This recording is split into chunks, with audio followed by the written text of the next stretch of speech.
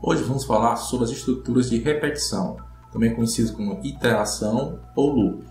Os computadores são muito eficientes em repetir coisas, e é por isso que praticamente todas as linguagens de programação possuem estruturas que permitam a repetição de certos comandos. Falando especificamente da linguagem C, nós temos três estruturas de repetição: o enquanto faça, o faça enquanto e o para.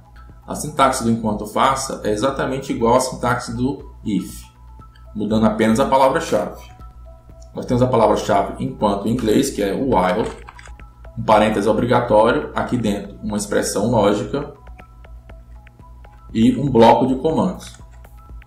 Para testarmos esse while, vou usar uma variável inteira i, inicializando com o valor 0, e enquanto esse i for menor do que 5, vou imprimir na tela uma mensagem. E além de imprimir na tela essa mensagem, vou aumentar o valor de i, vou incrementar o valor de i, ou seja, o i recebe o valor que estava anteriormente em i mais 1. Então, quando o i for 0, recebe 0 mais 1, vira 1. Quando o i for 1, recebe 1 mais 1, vira 2. E assim por diante. Vamos executar esse trecho de código. Nós temos aqui o resultado, uma repetição desse printf 5 vezes. 1, 2, 3, 4, 5. Como funciona a semântica do while? O programa em C executa o seu fluxo natural, executa todos os comandos na ordem que foram escritos, então ele vem aqui da linha 4, a linha 5, executando até encontrar uma estrutura de controle. No caso aqui nós temos uma estrutura de repetição, que é o while, e ele tem um significado, que nós chamamos de semântica. O significado desse while é o seguinte: ele vai primeiramente realizar esse teste. Se esse teste der verdadeiro, ele vai executar o bloco de comandos. Se o teste der falso, ele já pula esse bloco de comandos e segue o fluxo natural do programa, semelhante a um if, mas apenas se o teste der falso. Voltando para o caso quando o teste deu verdadeiro, nós temos a execução do bloco de comandos por completo até o fim. Quando terminar de executar o seu bloco de comandos até o fim, ele volta para o teste. E se o teste der verdadeiro de novo, ele executa de novo, e assim até que dê falso. Ou em outras palavras, enquanto o teste der verdadeiro, ele executa esse bloco de comandos. Quando estamos aprendendo a programar e nos deparamos com uma interação, é o primeiro caso onde a gente pode ter um pouco de dificuldade.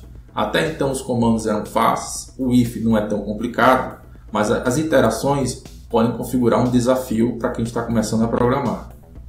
Devemos tomar bastante cuidado quando trabalhamos com iterações, com repetições, para evitar o que chamamos de loop infinitos. São loops que nunca vão chegar ao fim. Neste caso aqui, nós começamos com i igual a 0 e sabemos que a cada iteração esse valor aumenta de 1. Então, eventualmente, em algum momento, ele vai ser maior ou igual a 5, ou seja, essa condição vai ser falsa. Então, nós temos garantido que isso aqui não vai ter um loop infinito. Uma hora ele vai parar. Não importa quanto tempo demore, mas uma hora ele para. Agora, se por acaso esquecêssemos de colocar esse comando aqui e observarmos o que vai acontecer, o i recebe 0. E nada dentro desse bloco de comandos que vai ser repetido faz com que o valor de i se altere. Então, isso aqui vai ser sempre verdadeiro. Isso aqui sendo sempre verdadeiro, esse printf vai ser sempre repetido.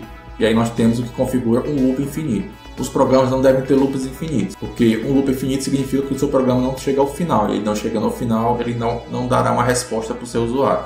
Vamos executar esse código e ver o que acontece.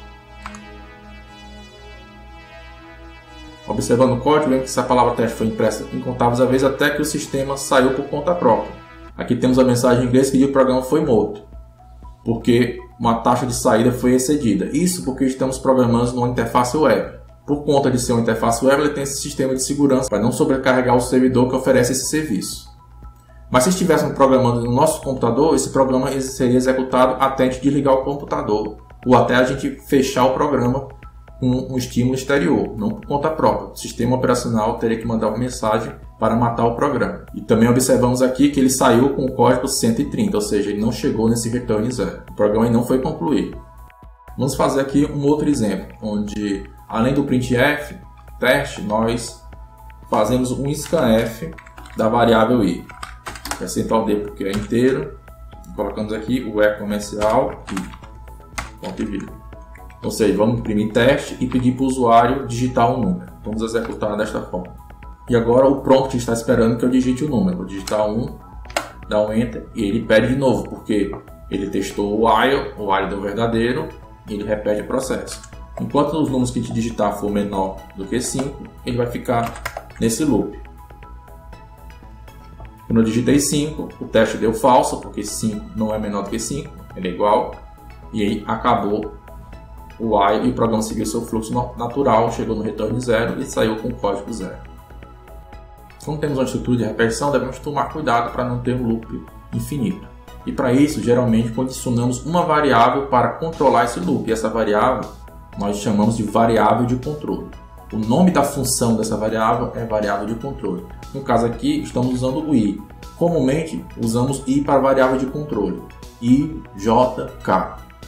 Mas você pode usar qualquer variável que você quiser. Usamos isso porque herdamos da matemática os índices das matrizes. Estamos acostumados a chamar da matemática os índices da matriz de i, j, k. E aqui na programação não é diferente. Usamos as variáveis de controle i, j, k como uma convenção, mas nada impede que você use outras variáveis. No caso aqui eu tenho a variável i, que eu estou inicializando com 0, e enquanto esse i for menor do que 5, posso fazer um bloco de comandos. Esse bloco de comandos vai ser imprimir na tela o valor de i, percentual d, e colocar um espaço. Além disso, eu tenho que colocar aqui o valor para ser substituído por percentual d, que é o ponto e vírgula. E eu não posso esquecer de fazer o incremento do i, senão eu vou estar no loop infinito. Então o i recebe i mais 1, ponto e vírgula. Vamos executar esse programa e ver o que acontece. Ele deve imprimir de 0 a 4. Ele imprimiu de 0 a 4. Por que ele não imprimiu o 5? Porque quando ele chegou no 5, ele fez o teste aqui, deu falso e ele não chegou a imprimir o 5.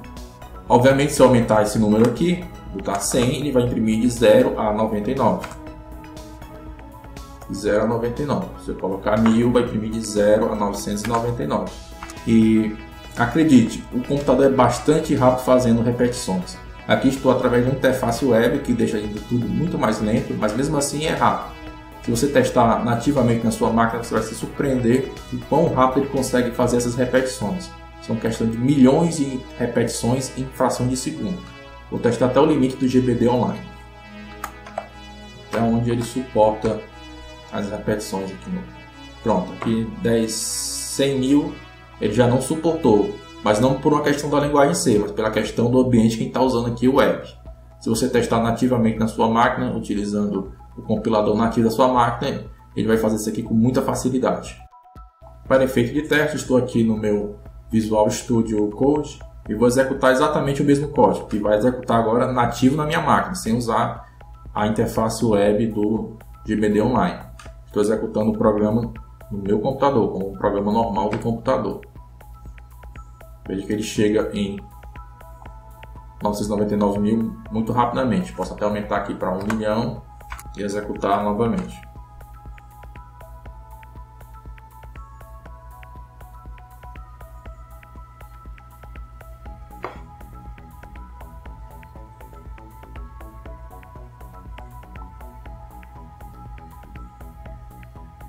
Pronto, terminou de executar, imprimiu de 0 a 999.999 em poucos segundos.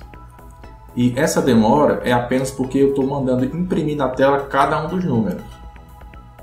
Caso eu não imprimisse na tela cada um dos números, isso não demorará nem um segundo. Porque quando o computador faz o que chamamos de I/O, de entrada e saída, input e output, tem que imprimir alguma coisa na tela ou escrever em um arquivo, ele perde muito tempo. Por exemplo, eu vou remover esse printf daqui e vou colocar só no final. Ou seja, só vou imprimir o último número, que vai ser 1 milhão. Mas mesmo assim, ele vai fazer esse ir até 1 milhão de 1 em 1. Vamos ver quanto tempo leva para fazer isso. Vou apertar agora F6 e já fez, é imperceptível. Como eu estou aqui no ambiente Linux, o Linux tem um comando chamado time que permite medir o tempo que leva o programa a executar. Então eu vou executar o comando aqui teste que eu fiz, executar aqui o comando teste e vemos aí que o tempo real que ele utilizou foi 0,007 segundos. Ou seja, ele contou de 1 até 1 milhão em 7 milésimos de segundo. Fez 1 milhão de somas, pelo menos, em 7 milésimos de segundo.